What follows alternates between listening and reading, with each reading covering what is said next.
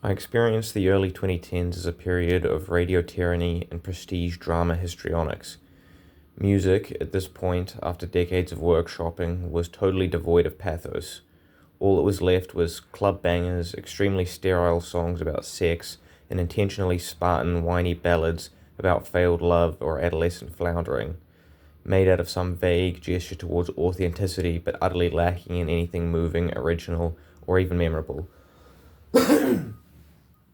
And in this time, obviously, I'm talking about just the very vulgar rap music that was coming out at this point, along with, these kind of gross sexual songs. Um, I'm not exactly sure what it was.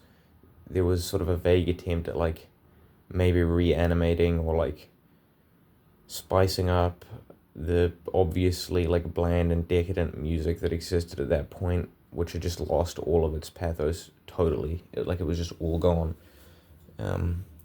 And yeah, like, I think that those kind of love ballads as well, like, Ed Sheeran or whoever that was making music at that point, those songs, I mean, it's the same thing. It's just totally affected. It's fake. It's just added there to sort of give the feeling that, yeah, it really is a gesture. It doesn't have any of it in its content at all. In general, it is my assessment that music of this time is either so lowbrow that criticizing it in any way would be seen as an absurd pretension, or inoffensive enough to evade criticism altogether. What caused this, I can't say. Was it an attempt at mass commercial appeal to compensate for declining record sales? Was it an attempt to stifle vaguely white subcultures in response to a newly formed left-wing racialist hegemony? I don't know, actually. I mean, I was wondering about this. I suspect that probably it's both. Certainly in this time, like, the music industry was not performing that well, and I don't think there was, like, any real popular appeal for any of the music that was actually coming out, but it was still everywhere. Black culture and rap culture, indeed, were at their peak of cultural. Sorry. Black culture and rap were indeed at their peak in cultural influence at this time. During this time, criticism of rap was totally unallowed because they were party songs, and thus immune to criticism. Having fun is the most important thing, and yes, like, if you were to criticize rap music or, like, whatever 50 Cent or whoever was making music at this time, I mean, it's just sort of laughable, like, taking it seriously in any way, and so it's just completely immune to criticism because of this. You couldn't really criticize, like, the artistic trends that were going on at this point. But also, dismissing this music out of hand as lowbrow indicated you were racist, or worse, unconsciously racist. Yeah, I mean, this was, like, a pretty common thing to leverage against people at the time. It was very, like, it was very common that like, people would be called a racist for, like, making fun of black music or something like this, even though it was just, I mean, like, I really don't think this stuff was popular, but there was something about the culture which just made it impossible to criticize.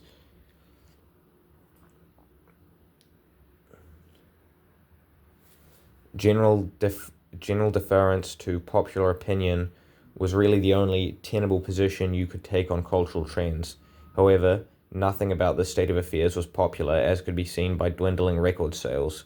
Streaming was not quite dominant at this point, and even accounting for this, music played less of a prominent role in people's lives than in previous generations. And yeah, that's pretty much true, I would say. Like, you could see that there were, in previous decades, like, people were really lining up behind these musical figures and treating them with a sort of messianic level of adoration, right? That did exist up into the 90s, and pretty much died during the 2000s altogether, and by the 2010s there was just like celebrity was this kind of total artifice. It was like produced by music executives. It didn't have any real popular appeal to it. I mean, the music was still popular, it was still everywhere, but it was really forced onto people, I feel like. And to an extent, the part of like the culture was that you couldn't criticize this or address this in any way because it had a sort of social function, which, well, I'll get to that, I suppose. The hegemony of music was totally contrived. There was absolutely nothing organic about it.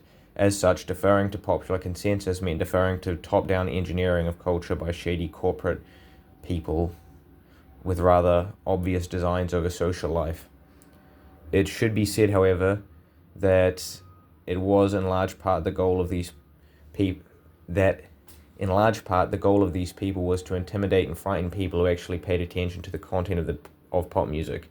The music video for Dark Horse by Katy Perry comes to mind, and I seem to remember a lot of truth or conspiracy content about it at this time. And yeah, that was sort of the only thing left to excite people, I guess, or whatever, was just to sort of include these like weird quasi-religious themes, which seemed very intimidating and dark, into the work. I don't know exactly what the reasoning behind that is. Like, maybe you could talk about occult stuff. That was the common angle of criticism at that time.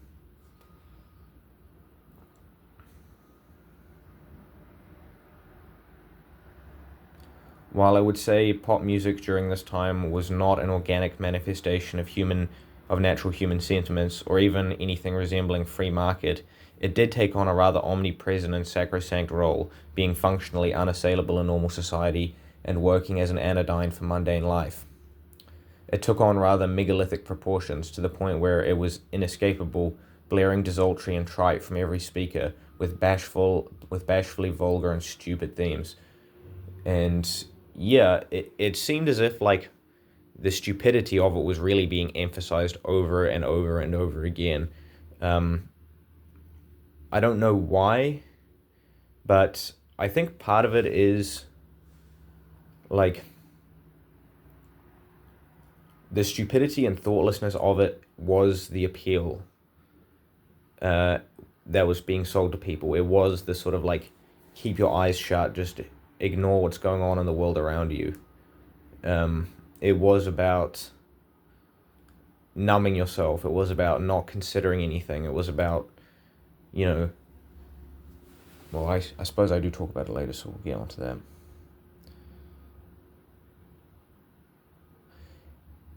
In this environment, anyone with sensitivity could simply observe society with its unquestioning stupidity and crassness and come to almost quasi-religious conclusions about the nature of its control. I remember at this time that video of Miley Cyrus and Robin Thicke becoming a real focal point for truther types, and it's not hard to see why most social criticism at this time took on a conspiracy-minded nature or something similar, albeit milder. It's no coincidence that Nobody TM began at this time and became as influential as he was. I'm kind of thinking about these, like, a dose of Buckley, that guy, these people who, like, they watched George Carlin and they just, like, oh, America is just a cult of stupidity. Like, they would sort of assign religious language to, like, the hysteria that was going on in America, and just, like, the sort of brainlessness of it. They would, like, act as if it was this top-down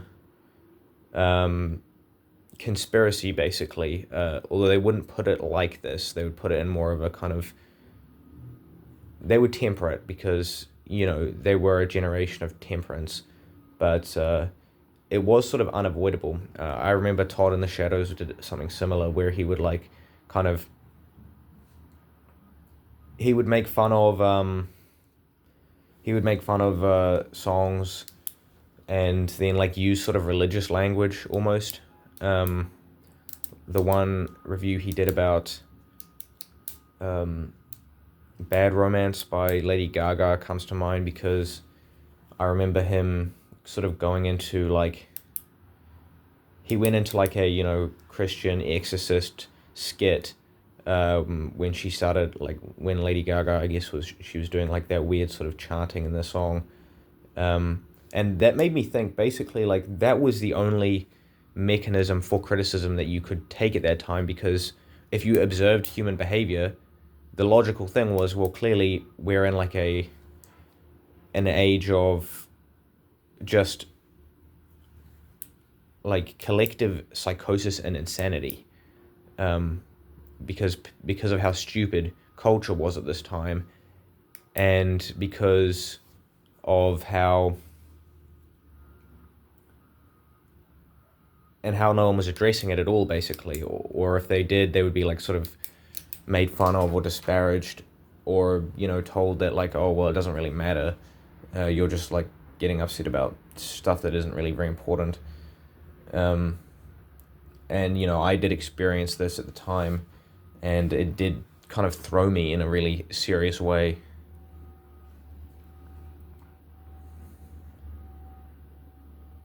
My explanation for this is that young people at this time were developing a real insecurity about their youths. Normal social life was clearly being jeopardized by the internet, by declining economic opportunities, and by an increasingly agitated political division. So normal life was threatened by the internet, first off, and this was the era of fear-mongering about the internet. It was the time of like, don't let your children go on screens, don't let them like use the computer and all of this stuff, which, fine, whatever. I'm sure people have their reasons for why they believe that.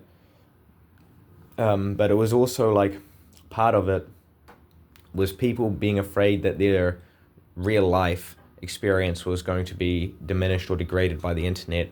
Like, it would take away from family time, or it would take away from, the time you spend with your friends or something like this. And so people just had this sense that social life was about to die, and that the internet was going to kill it. And then on top of this, you also had like manifestly just less economic opportunity for young people, to the point where like a traditional kind of life or life trajectory was just no longer available. And so their social life was jeopardized by that as well, because it's not a guarantee that you'll like get a good job and have a family and all of this stuff. That's also being threatened by that, sorry. And something like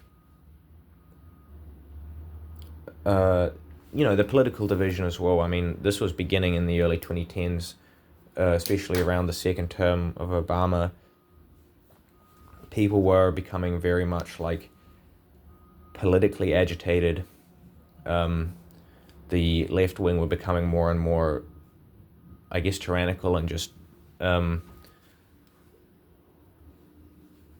domineering in social situations. So like from that angle, the political was interfering with people's social life. Basically, social life felt like it was about to go extinct, and I think people had to try to overcompensate in the other direction for that. Normal people, sensing vaguely this wind change, attempted to overcorrect by trying to live in the moment more, pantomiming youth culture from movies and previous generations. This meant doubling down on party culture, university life, and generally huddling together in a big affectatious hug box, all the while platitudes retaining to not letting the internet or politics interfere with real life became more and more asinine. Music served in this environment as a palliative, helping people to numb themselves towards the perfunctory nature of their social lives, blasting music as loud as possible in order to live in the moment by not speaking to anyone around you, and by dulling your senses to the point of disorientation. And yes, that is what I think kind of social life is. It was a performative ritual so that people could feel as if they were engaging with the world around them. It felt more and more like just fake and pointless as time went on, and like an aspect of the world which, you know, didn't really make any sense anymore, when you didn't have to engage with people you didn't want to. You didn't have to like put yourself into these uncomfortable and unpleasant social scenarios, to like make friends with people, or to you know, find companionship. Like, you could do it online. You didn't have to bond with the stupid and vulgar people that were around you. You could actually go online, and so the whole thing sort of just seemed a little bit pointless.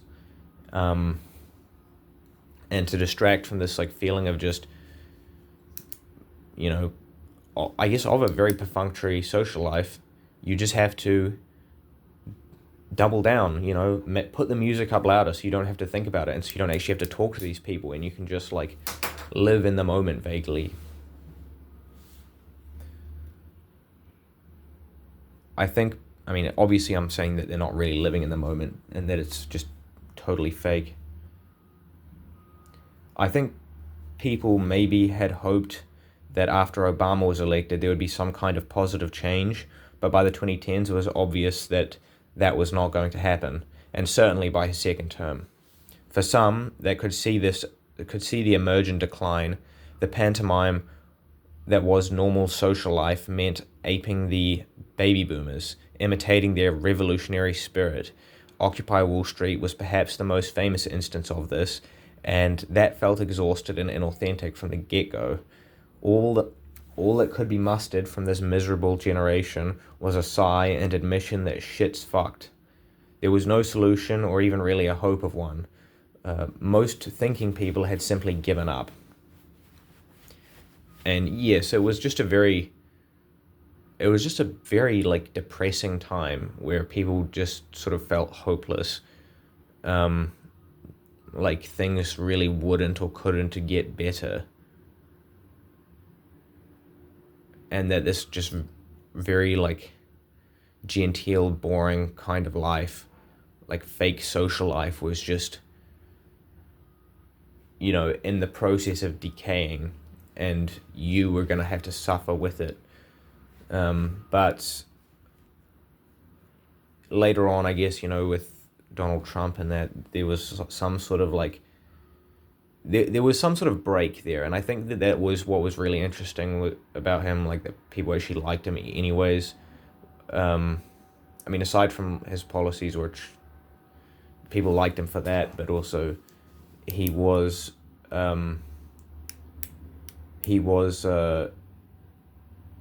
not mundane and genteel like the rest of them, like the rest of the politicians at that time. So political life felt like reinvigorated by him, I guess, at the time. I suspect that people making art during this time felt this way, and most TV shows and movies coming out in this time simply wanted to revel in the manifesting urban decay. Social realism was popular, and themes of the futility of ambition, Breaking Bad, Game of Thrones, True Detective, House of Cards, etc., etc. If one were to thematically analyze these shows, they would come to understand that they are just several hour-long sighs with an insistence that this is the real world and shit's fucked. Basically, these shows, they're just extremely despondent about ambition or, you know, the possibility of achieving anything. It's just, you know, kind of give up before you try. That's like the main message of most of them. They're really not like, you know, generative or helpful to watch. And at the time I was like quite disappointed by what was coming out. I just thought it was like so depressing.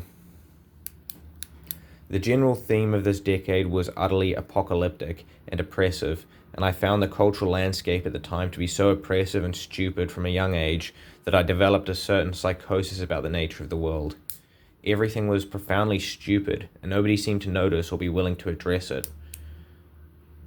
This was my feelings when I was when I was a kid, because I would talk to people around me about this sort of stuff, and they would just like dismiss it and like say it doesn't matter, or that I shouldn't care so much about it, and it just felt like people were being willfully stupid or willfully ignoring like a very severe and real problem, and it actually had like it had an effect on the way I saw other people. I became solipsistic. I couldn't conceive of other people as having subjectivity. Following this, I viewed them as puppets of a malicious god. And yes, when I was about 10 or so, I actually did think this. I thought that basically other people weren't real. They were just like, fake people. Like they were being controlled by some kind of evil god, and that the world was just constructed to, like, torture me specifically. Partly because like just no one seemed to be able to understand anything that I said to them. They were just like, just all sort of functionally brick wall people. And this feeling, I guess, I started to, I began to suspect matter and reality itself. This is the extent to which a warped culture can affect a child. And yes, I did. I thought that the world was just 3D rendered. It wasn't like real. There was no, like matter was just like a projection. It was fake. I could not conceive of myself as being inside the world because I felt so alienated from other people. And this feeling just sort of stuck with me, and I had this like constant sense of dread and unease, which developed into like chronic nausea for about a year or 7 or 8 months or so.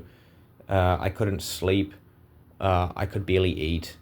I was just in constant pain physically and psychologically, and people just didn't seem to take it very seriously, and like the whole time it just sort of got worse and worse.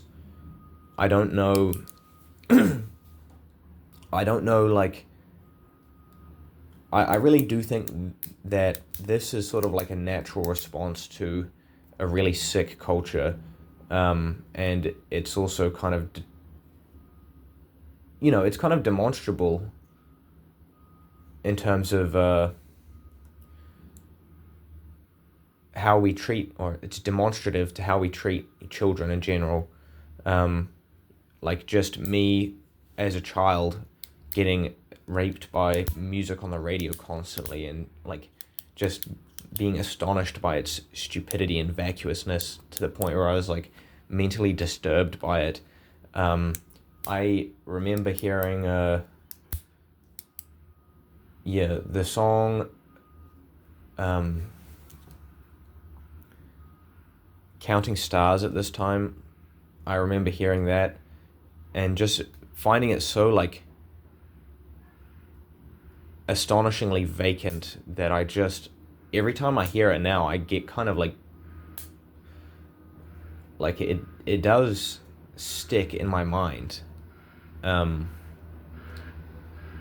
Like there's just something about it which is like stuck in my brain, because it just was playing constantly at that time. I felt like I couldn't get away with it, get away from it. Like I genuinely found it oppressive. I felt like I found this stuff like disturbing. The fact that it was just over and over again, I was hearing this like just vacuous garbage, just like, and it was just people treating it like this is normal, this is fine. It felt like I was being raped, kind of. That's the only way I can describe it. Like, and how it got stuck in my mind. All of the music that was coming out at this time, just so stupid. It was just so fucking stupid. And it's like, I guess it's not as if things have changed. It is good that the 2010s are over. I would say that it is the worst decade for culture, and that now that it is over, there is like some relief in a sense, because the radio is not as tyrannical anymore. I'm not walking outside and just getting blasted with the worst music in history, and then being told that it's actually fine and that nothing has changed, since the days of Mozart. Um, I don't know though. Like, I do think that I do sense that the way that the dialogue is moving now, there's going to be a sort of 2010s nostalgia movement. I can sense that that's coming, and I just want to like sort of preempt this by myself. I want to like say everything that I have to say about that decade in this very like poorly formatted ramble, which I don't think is going to be that coherent. But I wanted to get ahead of that. I wanted to be ahead of the curve in this one to get all of my thoughts out there first uh, before people start talking about how good the 2010s were, because no, it was not good. It was terrible. And I wanted to kill myself the whole time. I felt sick. I hated everyone around me. I had like genuine psychosis and delusions just from the culture that I was in.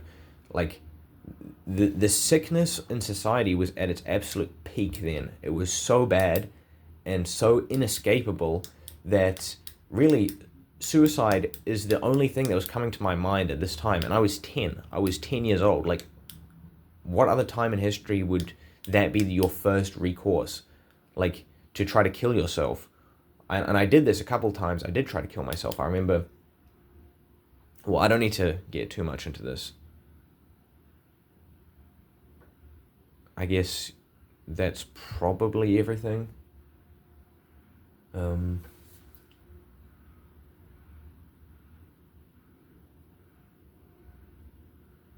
Yeah, I think that's it.